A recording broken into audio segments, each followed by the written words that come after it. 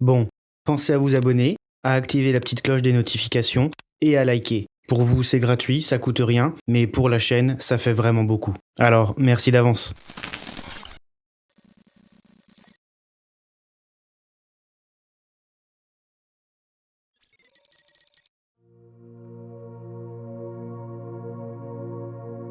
Le temps. Voici une notion aussi vague que complexe. Tout le monde, tous les êtres et même tous les matériaux de notre galaxie subissent le temps. Et pourtant, nous ne sommes pas tous égaux face à lui. Notre planète, par exemple, la Terre, est âgée d'environ 4 milliards et demi d'années. Et pourtant, notre civilisation ne se souvient que des quelques millénaires derniers, soit à peine un battement de cils de notre belle planète bleue. Et si vous vous dites que vous pouvez repousser quelque chose au mois prochain, dites-vous que cela ne couvrirait même pas l'espérance de vie complète d'une mouche. Le temps est donc particulièrement inégal et dépend aussi bien de notre échelle que de notre façon de l'interpréter ou de le concevoir. Tout le monde s'accordera sur le fait que notre vision du temps est cyclique.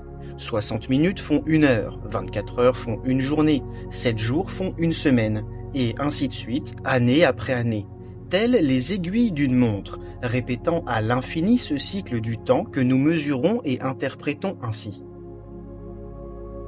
Mais imaginez une seconde, juste une seule petite seconde, que ces cycles temporels ne concernent pas uniquement la vie de chaque être vivant de notre monde physique, mais qu'ils s'appliquent à certaines choses plus étendues, moins palpables, plus subjectives, comme des espèces, voire des civilisations. Après tout, pourquoi le développement d'une civilisation, ou de plusieurs, ne pourrait-il pas s'inscrire dans un plan cyclique, dans une sorte de répétition temporelle, à l'image des heures qui se succèdent sur le cadran d'une horloge? Nous savons que de nombreuses autres civilisations nous ont précédés. L'archéologie nous a permis de découvrir, depuis les traces les plus anciennes de l'écriture, l'histoire de peuples et de cultures aussi nombreuses que variées. Sumériens, Babyloniens, Égyptiens, Grecs, Mayas, Aztèques sont autant d'exemples de ces illustres civilisations de notre histoire. Toutes ces cultures ont émergé, se sont développées, ont prospéré et se sont éteintes, disparaissant totalement ou donnant naissance à de nouvelles, renouvelant ce cycle encore et toujours jusqu'à nous. Mais avant ces premières traces écrites de Sumer, avant ces quelques 6000 ans que nous considérons aujourd'hui comme l'émergence de notre civilisation. Les historiens et archéologues académiques vous diront qu'avant Sumer, les hommes vivaient de façon nomade, étant chasseurs-cueilleurs, en petits groupes familiaux ou dans de petits villages, faisant naître les prémices de l'agriculture et de l'élevage de manière tâtonnante et difficile. Pourtant, si l'on se penche sur certains textes, sur certains témoignages, voire sur certains mythes mondialement connus, notre civilisation pourrait bien s'inscrire dans un immense cycle temporel, celui des différents soleils de l'humanité. Cette notion de soleil cyclique est extrêmement présente dans les cultures mésoaméricaines antiques. Les Mayas, par exemple, possédaient des calendriers extrêmement complexes, s'échelonnant sur plusieurs milliers d'années, avec une notion du temps bien plus étendue que leur seule vision du moment présent, ou sur une échelle de vie humaine. Ces peuples abordaient donc la notion du temps sur une échelle incroyablement longue, permettant d'entrevoir des événements passés de plusieurs dizaines de milliers d'années. Chaque soleil correspond ainsi à un monde, à une période de temps durant laquelle une civilisation humaine prospéra et domina le monde. Le nombre de soleils varie selon les sources de 4 à 5. L'un des textes les plus parlants à ce sujet reste certainement le Codex Vaticanus, également appelé Codex Rios, datant de la civilisation aztèque, qui ne mentionne pour sa part que 4 soleils. Chacun de ces cycles d'existence s'est terminé dans un cataclysme planétaire, anéantissant totalement l'humanité concernée et ne laissant au mieux que quelques survivants qui parviendront tant bien que mal à transmettre à la nouvelle humanité le souvenir trouble d'un monde passé. D'après les croyances mésoaméricaines, le premier soleil se termina lorsque des jaguars dévorèrent les hommes. Le second fut détruit par le vent. le troisième finit sous une pluie de feu, le quatrième sous les eaux, et le cinquième fut ou sera anéanti par des tremblements de terre. Il est effectivement très compliqué de savoir si le cinquième soleil, existant dans certaines cultures et non chez d'autres, est un soleil passé ou bien s'il concerne notre soleil, celui dans lequel nous vivons actuellement. Toutefois, la présence éparse de ce cinquième soleil, selon les sources, pourrait être perçue comme une sorte de prophétie mésoaméricaine, une annonce temporelle de la période actuelle, comme désignant notre soleil.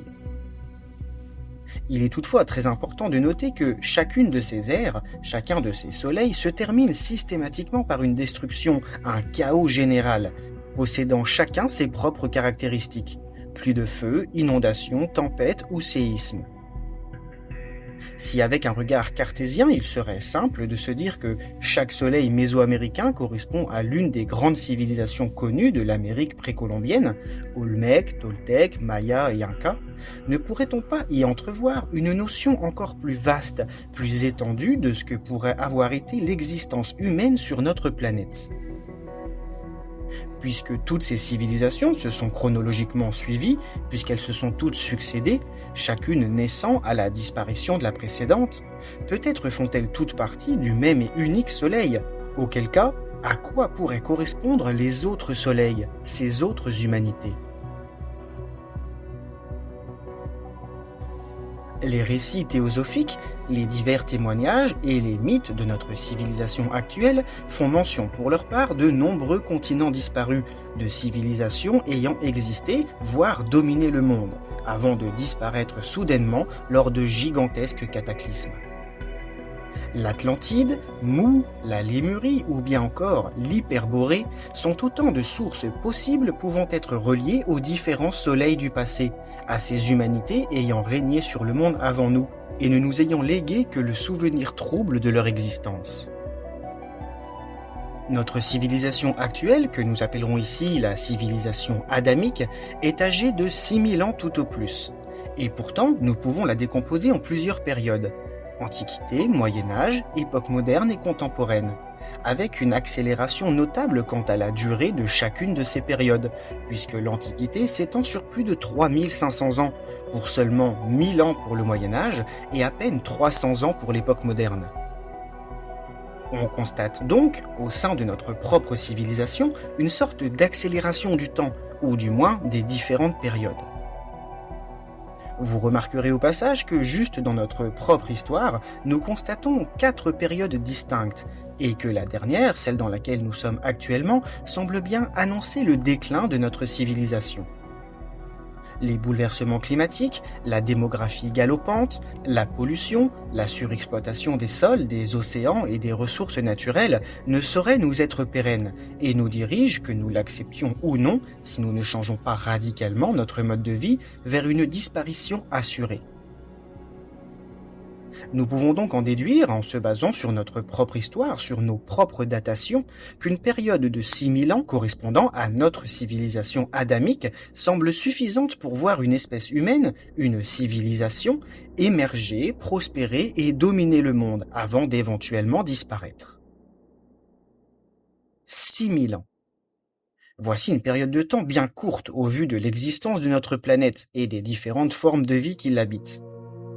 Et pourtant, en moins de 6000 ans, nous sommes passés de clans nomades, chasseurs-cueilleurs, à l'espèce dominante de cette planète, répartie sur chaque continent, développant une technologie de pointe, des moyens de transport nous permettant de quitter notre planète et même d'anéantir le monde. Mais si notre période historique, notre civilisation, correspond à un soleil, que nous pourrions logiquement attribuer au 5e, puisque ce dernier n'est pas mentionné dans toutes les cultures mésoaméricaines, et surtout qu'il est celui concerné par les cultures ayant laissé ses traces écrites et ses croyances. Qu'en est-il des autres, des précédents ? À qui pourrions-nous les attribuer et surtout, quelles traces en avons-nous ? Si nous prenons les grandes civilisations ou continents mythiques relatés dans les récits antiques, les textes théosophiques et les divers témoignages, médiumniques et canalisations, nous avons 4 grandes références, que sont l'Atlantide, Mu, la Lémurie et l'Hyperborée. Mais comment parvenir à les placer chronologiquement et à quel soleil les attribuer? Les écrits de Platon, illustre philosophe grec, dans le Timée et le Critias, nous stipulent que les Atlantes furent contemporains des peuples grecs et égyptiens. Même s'il ne s'agit pas précisément des civilisations que nous connaissons aujourd'hui sous cette appellation, mais vraisemblablement de civilisations antérieures ayant précédé nos Grecs et Égyptiens antiques, il semblerait logique de placer la civilisation atlante en quatrième soleil, celui nous ayant directement précédé. Généralement localisé dans l'océan Atlantique Nord au niveau de l'archipel des Açores, l'Atlantique aurait connu un développement prospère et une connaissance technique et technologique suffisante pour parcourir et dominer le monde, avant de disparaître soudainement lors d'un terrible cataclysme. Cette civilisation semble donc correspondre en tout point au Soleil précédent. La date supposée de cette disparition pourrait être attribuée à la fin de la dernière ère glaciaire, correspondant également au déluge planétaire et à la transformation radicale qu'a connue notre planète à cette époque, il y a 12 000 ans. Si cette vision est juste, cela aurait laissé la Terre sans grande civilisation humaine, sans humanité dominante, durant plus de 6 000 ans, jusqu'à l'émergence de notre propre civilisation, avec l'apparition des grandes dynasties mésopotamiennes dans le croissant fertile. Si nous pouvons dater la fin du quatrième soleil, il y a environ 12 000 ans, il est toutefois très difficile de dater son commencement et les diverses sources ne semblent pas converger vers une datation commune. Donc, en se basant uniquement sur notre propre existence en guise de modèle, ce qui ne formulera qu'une estimation vague et incertaine, nous pourrions dater éventuellement le début de la civilisation atlante à environ 18 000 ans avant Jésus-Christ. Le quatrième soleil, celui de l'Atlantide, aurait donc commencé et se serait développé, hypothétiquement, il y a environ 20 000 ans, pour s'achever brutalement il y a 12 000 ans. On notera que le mythe de l'Atlantide se termine d'après les écrits de Platon par une inondation et la disparition du continent atlante sous les eaux, ce qui correspond en tout point au texte mésoaméricain qui clôture le quatrième soleil avec des pluies diluviennes et une inondation totale. Le troisième soleil, celui ayant précédé l'ère de l'Atlantide, pourrait parfaitement correspondre à la grande civilisation de Mu. Ce continent perdu, situé dans l'immensité de l'océan Pacifique, se serait étendu de la Polynésie jusqu'à l'île de Pâques. Occupant une surface de terre de plusieurs millions de kilomètres carrés, le continent de Mu aurait vu émerger et se développer l'une des plus grandes civilisations humaines de cette planète. La disparition de ces terres antiques pourrait être liée à l'enfoncement de la plaque pacifique sur sa partie nord-ouest, générant la fosse sous-marine abrupte de plus de 6000 mètres que nous connaissons aujourd'hui, allant des côtes nord-américaines jusqu'aux côtes d'Asie orientale. Les sommets montagneux du continent de Mu auraient alors formé la multitude d'archipels de l'océan Pacifique, tels les vestiges volcaniques toujours visibles de ces lointaines terres disparues.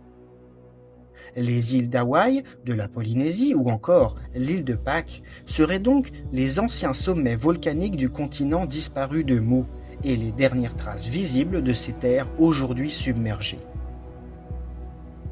Dernières traces? Pas forcément. Il existe en effet des constructions mégalithiques, colossales, inégalées pour ne pas dire titanesques, qui se répartissent sur l'ensemble du pourtour de l'océan Pacifique. Les constructions cyclopéennes. Réparties massivement sur les côtes ouest de l'Amérique latine, notamment au Pérou, sur l'île de Pâques et même jusqu'au Japon, les constructions cyclopéennes se caractérisent par la réalisation de murs ou d'édifices monumentaux en pierre, dont l'assemblage est réalisé sans mortier ni ciment. Le mode de construction hétérogène de ces blocs de pierre extrêmement durs, pouvant peser plusieurs dizaines de tonnes, les rend de ce fait antisismiques, leur permettant ainsi de résister aisément aux divers séismes meurtriers qui ravagent ces régions, situées respectivement le long de failles tectoniques. La connaissance nécessaire à la réalisation de ces monuments cyclopéens révèle plusieurs choses. Premièrement, d'incroyables connaissances, techniques, mathématiques, physiques et technologiques, car la conception et la réalisation de tels édifices ne se limitent pas à empiler de gros cailloux. Deuxièmement, ces constructions révèlent une très grande connaissance de la nature même de notre planète, de ses dangers et de la manière la plus simple de permettre à des constructions colossales de perdurer dans le temps, pouvant traverser les millénaires sans trembler face aux forces destructrices de la Terre elle-même. C'est ainsi que ces constructions cyclopéennes, dont chaque peuple de la civilisation adamique rejette la construction et l'attribue à une civilisation antérieure, présente avant eux sur ces terres, sont parvenus à arriver jusqu'à nous des milliers d'années, voire des dizaines de milliers d'années plus tard. Bien que présents sur d'autres endroits de la planète, comme en Égypte ou en Grèce par exemple, la répartition géographique de ce type de monument, concentré le long des côtes de l'océan Pacifique, peut aisément nous apparaître comme les vestiges de la grande civilisation de Mu, ayant dominé cet endroit du globe avant de disparaître à son tour. Concernant la datation éventuelle de l'ère de Mu, de ce troisième soleil, aucune information concrète ne permet de la dater précisément. Puisque nous ne pouvons pas dater la réalisation de la taille de la pierre, et donc des monuments cyclopéens, l'âge précis de ce continent et de la civilisation y étant attribué reste flou.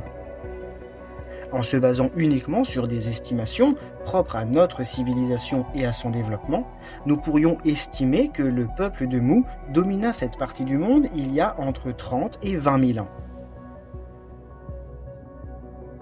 Certaines traditions orales, notamment chez les peuples nord-américains, mentionnent une guerre antique ayant eu lieu il y a des milliers d'années entre deux grandes civilisations, dont la fin signa la chute de l'un des deux protagonistes. Le continent nord-américain se situant entre l'océan Pacifique et l'océan Atlantique, il est donc possible que cette guerre se soit déroulée entre la civilisation de Mu, vieillissante dans le Pacifique, et celle de l'Atlantide, alors en plein essor dans l'Atlantique, et se soit soldée par une victoire atlante, sonnant ainsi le glas du troisième soleil et la disparition de la civilisation de Mu. Les Atlantes sont en effet désignés par Platon comme un peuple lourdement armé, voire guerrier et conquérant, et leur soif de domination pourrait les avoir conduits jusqu'à un conflit avec la civilisation plus ancienne de Mu, qui, elle, semble toutefois moins enclin au conflit, plus axée sur le partage, l'entraide et une relation profonde en harmonie avec la nature et ses énergies. On notera également que, si les différents soleils de l'humanité se succèdent, rien ne stipule qu'ils ne puissent pas se chevaucher, la fin de l'un commençant après l'apparition du suivant. Mu et l'Atlantide pourraient ainsi parfaitement avoir cohabité de part et d'autre du globe jusqu'à la disparition de l'un des deux. Mais selon certaines sources, médiumniques et canalisation, Mu ne serait pas le troisième soleil, mais le deuxième. Il aurait en effet engendré, d'après cette vision, le troisième soleil, que serait la Lémurie, ce continent disparu, situé entre le sud de l'Inde, Madagascar et les côtes ouest de l'Australie, se trouvant aujourd'hui sous les eaux de l'océan Indien. Les vestiges matériels de cette civilisation lémurienne, se trouvant notamment sous les eaux peu profondes de l'océan, auraient pu être visibles lors du grand tsunami de 2004, quand les eaux se sont retirées des côtes indiennes sur plusieurs centaines de mètres, dévoilant au grand jour les constructions immergées que les pêcheurs locaux ne cessaient de mentionner. Mais l'étendue de la grande civilisation de la Lémurie ne se limite pas aux structures aujourd'hui plongées sous les eaux de l'océan. De nombreuses réalisations du continent indien pourraient parfaitement être attribuées à ce troisième soleil, et particulièrement si on l'entrevoit comme une colonie de Mu. C'est notamment le cas des légendaires grottes de Barabar, une série de 7 cavités uniques au monde, minutieusement sculptées dans une colline de granit, et dont l'âge tout comme la fonction reste encore aujourd'hui un mystère. Toutefois, l'une des hypothèses les plus intéressantes reste celle de pièces destinées aux soins médicaux, à la méditation ou au bien-être, par l'interaction des énergies vibratoires et du son. En effet, les grottes de Barabar ont la particularité de propager et d'amplifier le son, lequel pourrait parfaitement interagir de façon positive, voire thérapeutique, sur les organismes.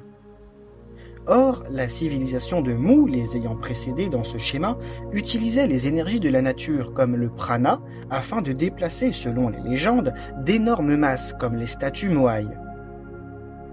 Si les grottes de Barabar sont bel et bien l'œuvre de la civilisation de la Lémurie, il pourrait alors parfaitement s'agir d'une amélioration technique, voire technologique, de l'utilisation des énergies naturelles, comme le son, pour interagir positivement sur les corps. Là où Mu utilisait le prana naturel pour agir sur la matière et la déplacer, la Lémurie utiliserait le son pour soigner, en sculptant le granit pour obtenir des chambres de soins.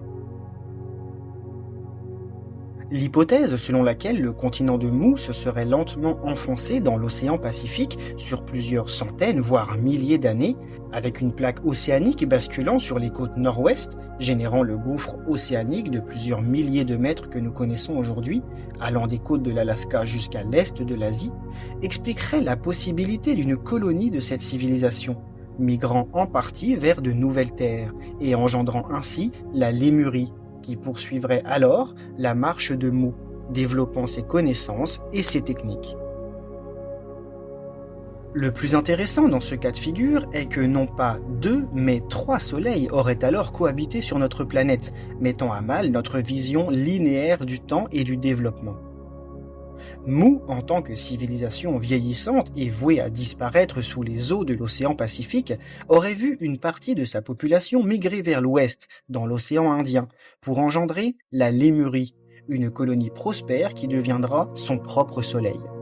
Et dans le même temps, bien que pouvant être espacée de plusieurs siècles, voire de plusieurs milliers d'années, la grande civilisation de l'Atlantide vit le jour, prospérant dans une idéologie et une spiritualité différentes, conquérantes et dominatrices, finissant par détruire dans une guerre fratricide les 2 soleils vieillissants l'ayant précédé. Cette vision placerait donc Mu en 2e soleil, la Lémurie en 3e et l'Atlantide en 4e. Aucune information ou source fiable ne permet de les dater précisément ou d'établir une chronologie potentielle via ces différents soleils. Le manque cruel de vestiges et de possibilités de datation de ces derniers empêche toute datation concrète. Il semble pourtant plus que probable que la durée de développement de ces 2e et 3e soleils que sont Mu et la Lémurie s'étend sur plusieurs milliers d'années, voire dizaines de milliers d'années. Nous avons donc remonté le temps depuis le 5e soleil, notre propre civilisation adamique, jusqu'au 2e soleil, la grande civilisation de Mu, nous ayant laissé comme trace physique de son passage les indestructibles murs cyclopéens du Pacifique et les légendaires et majestueuses statues Moai de l'île de Pâques. Mais qu'en est-il alors du premier soleil ? Qu'en est-il de cette première civilisation humaine, celle ayant précédé toutes les autres ? Les textes théosophiques, les différents témoignages, médiumniques et canalisations sont sans appel à son sujet. Il s'agit bien évidemment de la mythique Hyperborée, ce peuple antique vivant par-delà les vents du Nord, au-delà du cercle polaire. Si certaines traces peuvent encore être visibles aujourd'hui concernant les autres soleils de l'humanité, comme nous l'avons vu précédemment, l'Hyperborée ne nous a visiblement, et jusqu'à preuve du contraire, laissé malheureusement aucun vestige physique, aucune marque de leur passage que nous puissions analyser ou attribuer à cette civilisation. Mentionné depuis le 8e siècle avant Jésus-Christ chez les Grecs antiques, l'Hyperborée est un territoire d'ordre divin, quasi impalpable et non matériel, situé au-delà du cercle polaire. Géolocalisé sur un périmètre extrêmement vague et non ciblé précisément, l'Hyperborée s'étendrait sur l'intégralité de la zone polaire nord de la planète, de la Sibérie jusqu'à l'Islande. S'il ne persiste dès lors qu'une légende hyperboréenne, une sorte de mythe lointain et totalement irréaliste, certaines hypothèses sur l'histoire de notre planète, associées aux écrits théosophiques notamment, peuvent peut-être nous permettre de mieux concevoir cette civilisation primordiale, ce premier soleil.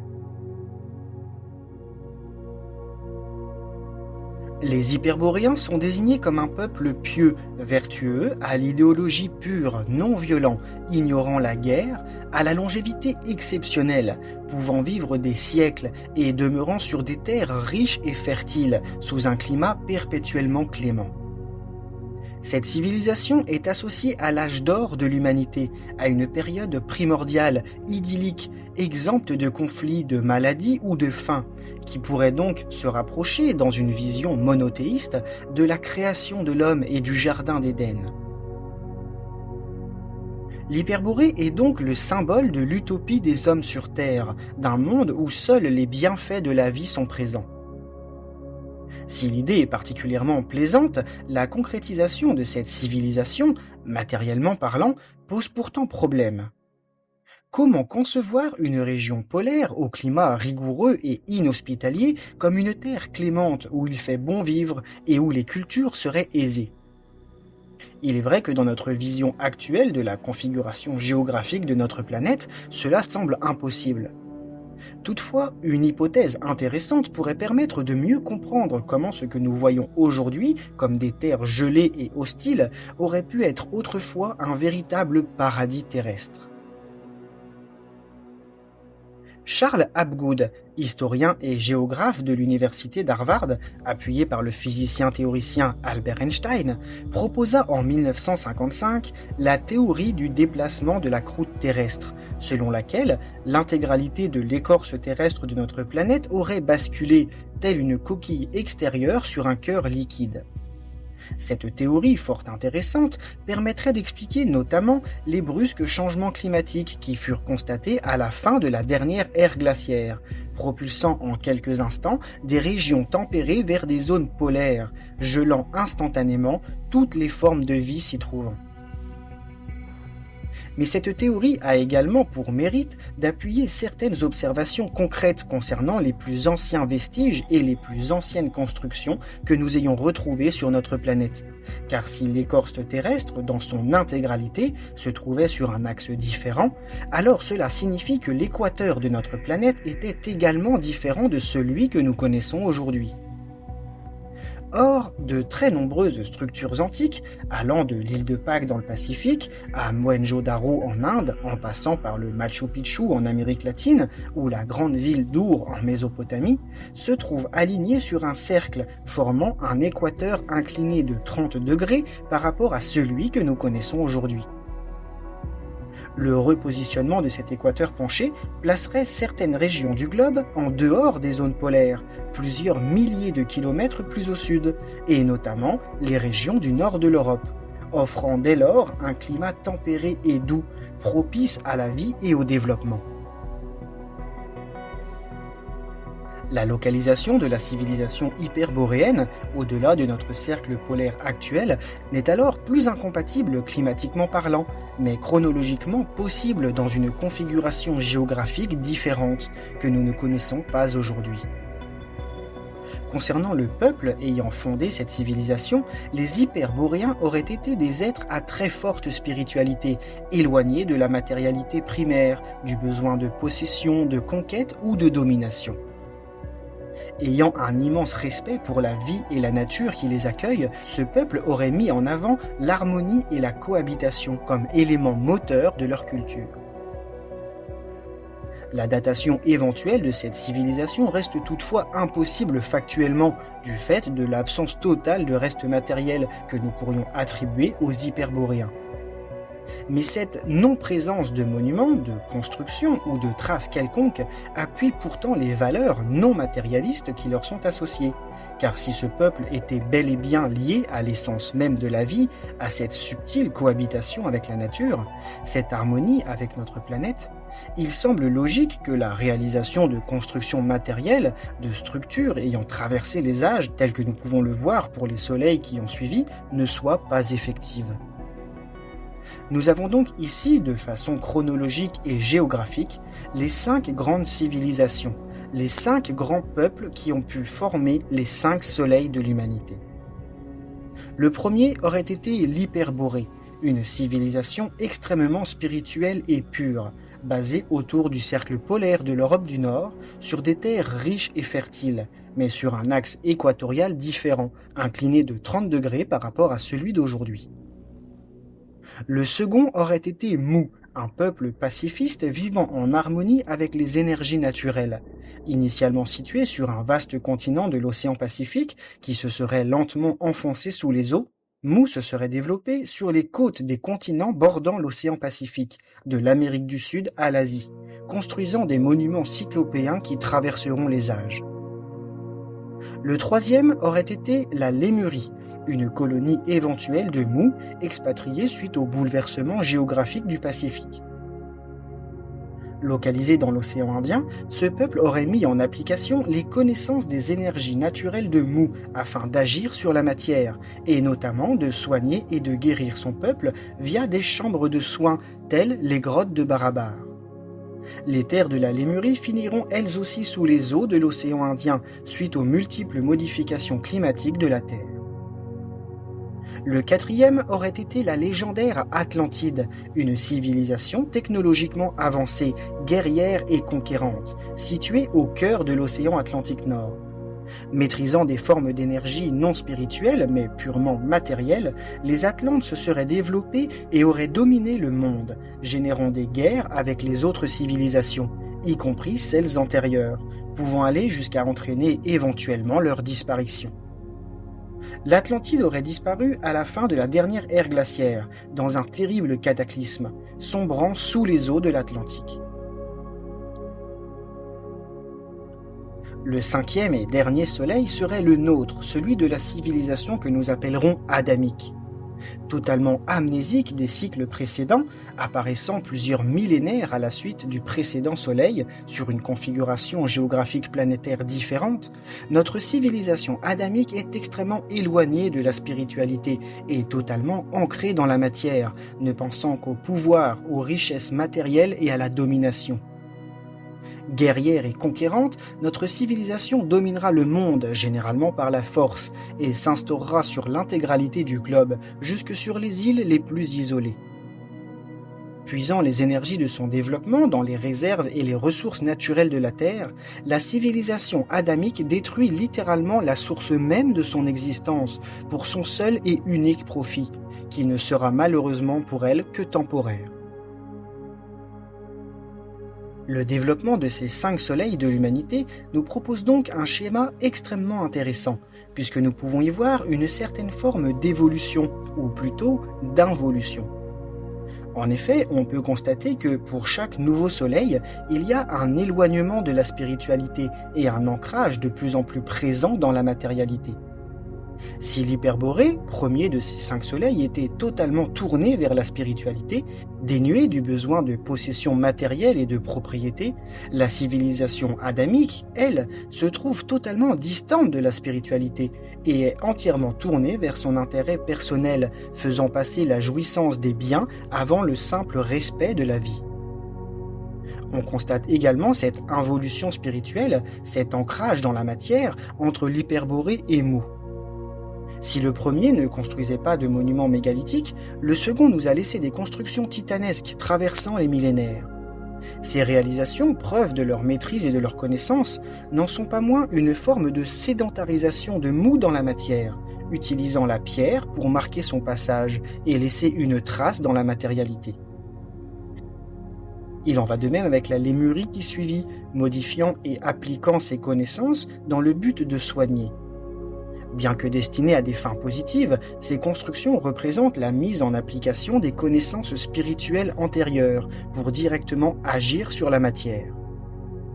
Les différents soleils successifs, d'un point de vue spirituel, sont donc une sorte d'enfoncement dans la matérialité, tel un abaissement spirituel et vibratoire, permettant de mieux incorporer cet état lourd et dense qu'est notre monde physique. La symbolique du terme choisi pour transmettre ces récits n'est d'ailleurs pas anodine. Les soleils de l'humanité. Le soleil est la source de lumière naturelle qui permet la vie sur Terre, agissant par cycle. Le soleil se lève à un point de l'horizon, chassant les ténèbres de la nuit noire et froide. Il apporte sa lumière et sa chaleur partout où son regard se pose, parcourt le ciel de part en part et se couche à l'opposé de là où il s'est levé, laissant place de nouveau à la noirceur glaciale de la nuit. Les différentes humanités, correspondant à chacun de ces soleils, auraient donc parfaitement pu être une forme de lumière divine créatrice, envoyée sur Terre afin d'y incarner et d'y développer une infime partie de cette essence primordiale. On peut d'ailleurs faire un parallèle très intéressant entre les soleils de l'humanité et les âmes. D'un point de vue spirituel, ce qui différencie les hommes des animaux, ce n'est pas la technologie ou les capacités intellectuelles, mais l'incarnation. En effet, si les animaux s'incarnent bel et bien dans notre monde matériel, ils le font par le biais d'une âme collective, à l'inverse des hommes qui, eux, ont l'insigne honneur de pouvoir jouir d'une âme individuelle.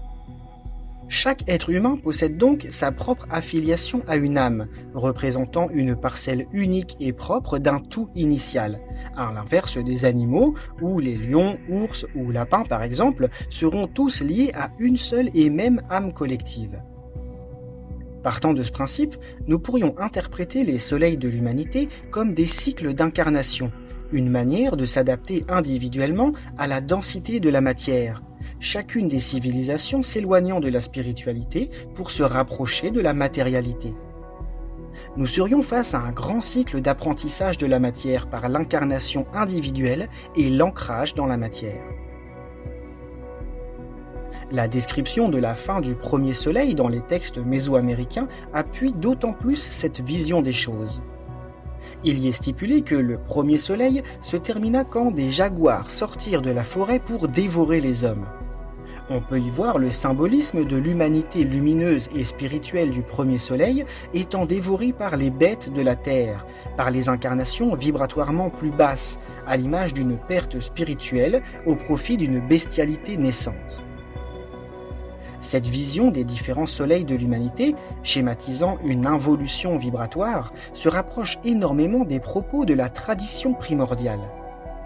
Cette doctrine ésotérique, analysant avec beaucoup de recul l'humanité et son développement, décompte notre temps de civilisation en 4 grandes époques, en 4 ères cycliques, se répétant systématiquement.